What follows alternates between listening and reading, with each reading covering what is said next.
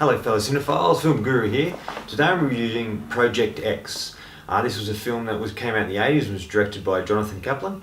Stars Matthew Broderick, Helen Hunt and William Sadler. This is a story of a chimpanzee taken from the wild and given to a research lab. This is where we're introduced to Helen Hunt's character, who runs the lab. She gives the chimpanzee a name, calls him Virgil, and teaches him how to speak via sign language. She finds out her grant has run out and will not be renewed, and that the chimpanzee must go. And so she's told that Virgil will go to a zoo and be looked after there. Unbeknownst to her, Virgil is actually sent to a science lab at an Air Force base where he undergoes science experiments.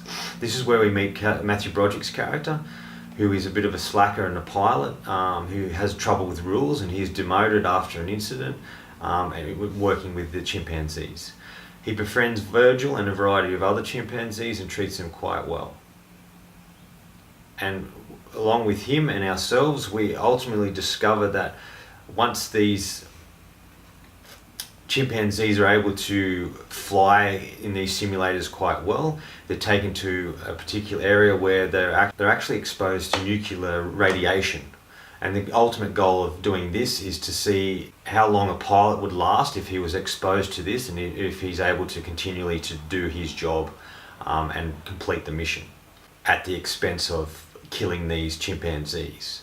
This ultimately provides Broderick's character with a bit of a dilemma. Does he get involved and try and stop what's happening, or does he just let it unfold as it is? And this is also the ultimate question that he has to ask. And it's a question that we have to sort of comprehend as well along the way. Look, I like this film. As my friend would say, it's very low-key and a simple story, but it's so effective and it sucks you into the film and you want to know more about the characters and what's going on for them. And it's all done through the point of view of Virgil, the chimpanzee. We get to see everything he sort of sees and we go along the journey with him. And then we're introduced to Helen Hunt's character, Matthew Broderick's character along the way. Look, it's fantastic to see these chimpanzees, the way they act. They all have their own personalities and do a really, really great job. And they're all individual and very human-like. And that's the thing that this film sort of looks at, that these creatures are treated less than human beings just because humans think they're superior to these creatures and they don't sort of care about them. Which is, you look at the film and they're so human-like. They have a lot of human characteristics. The way they interact with each other and communicate and talk and act. It's all very, very human-like, and I'm really sort of blown away by this sort of thing. And it really looks at how creatures are treated. And then you can really subsequently look at the way the creatures are treated in this and then put that to how people used to treat Aboriginals or African Americans or people of different races and cultures. And it's just sort of disgusting the way they're sort of treated, and that's the sort of thing. This film has a lot of heart in that regard, and it makes you feel things and question things that you never questioned or thought about before. It really has a big impact on you watching this film, I find. And the other thing about this film that I was really sort of blown away by was the fact that it really reminded me of Planet of the Apes. And this film came out way before the new Planet of the Apes sort of films, but it has so a lot of characteristics of that. There's scenes where the chimpanzees break out of their cages and are trying to fight back and trying to escape. And you can really look at this and go, well, this is the beginning of the Planet of the Apes films, because that's what it feels like. It's like they stole from it in a way. And the chimpanzees are used for particular things and are highly intelligent. And it's one chimpanzee, Virgil, who is really the catalyst for a lot of things. And he gets a lot of the other chimpanzees involved and interacts with them and becomes ultimately the leader in a way. I really liked the look and feel of this film. It was very simply done. There was nothing spectacular in the way it was shot or made, but the story held up enough for you to get involved in it. I wanted you to participate, to think about these things, to think about how chimpanzees are treated, how other animals are treated and used for science experiments, and to test makeup and shampoos and all these sort of things. You know, not just chimpanzees, but rabbits and a variety of other animals that are used in this way.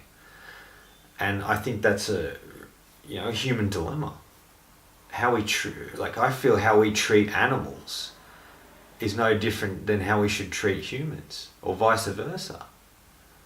Just because they don't speak like we do, or don't act the same way we do, or walk on 2 feet like we do, doesn't mean they're any less than we are.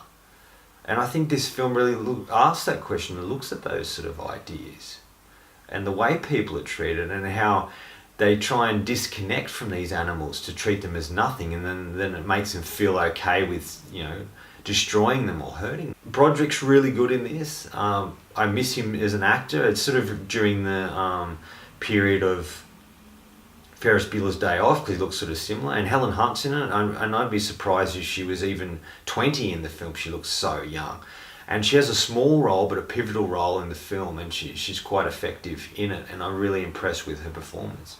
William Sadler, who's a great character actor, plays one of the head scientist in this, and he always plays a bit of a shady character in most of the films that he's involved in, and this is no exception. He's sort of a bit creepy, a bit odd, and just the way he treats people is kind of disgusting at times. All the chimpanzees are fantastic. A lot of them outdo the human characters in this film, just by the way they act or interact.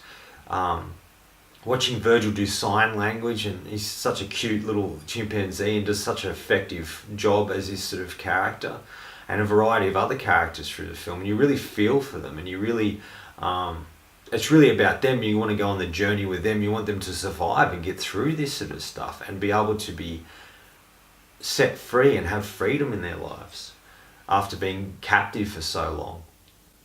Look, I'm just really impressed with this sort of film, and I'm surprised that we haven't seen more films like this, or this film has been exposed to us earlier. It's really disappointing when films like this come out and we're not able to get hold of them. And I watched my friend's copy who had an American DVD, and that's where we're able to watch it. It hasn't been re-released in Australia, and I think it's a film everybody should look at, especially people who are vegetarians, people who are respectful animals, and also people who just treat animals badly and should see what the effects are of that. Look, final verdict, I was really impressed with this. All the chimpanzees do a fantastic job. Matthew Broderick's really great. Helen Hunt's really good. William Sadler does an effective job as the main scientist. But what I recommend this to people who are asking questions about how animals are treated and used for science experiments, and how we should be treating people and animals, and I think this really asks those questions and creates that sort of dilemma that we face every day. If you like something that's based on a true story, that's an interesting and basic sort of film, well told, this is definitely for you. If you like chimpanzee films or animal movies or people working with animals, this is definitely for you as well. Look, I'm going to give this film 4 out of 5. I was really impressed with it, and I think it's a very effective film, simply made, and it should be more widely known and exposed to more people, and it's definitely worth a watch if you haven't seen it. Anyway, that's all from me today. If you've enjoyed what you've heard, please hit subscribe down the bottom. Otherwise, until next time, enjoy the movies.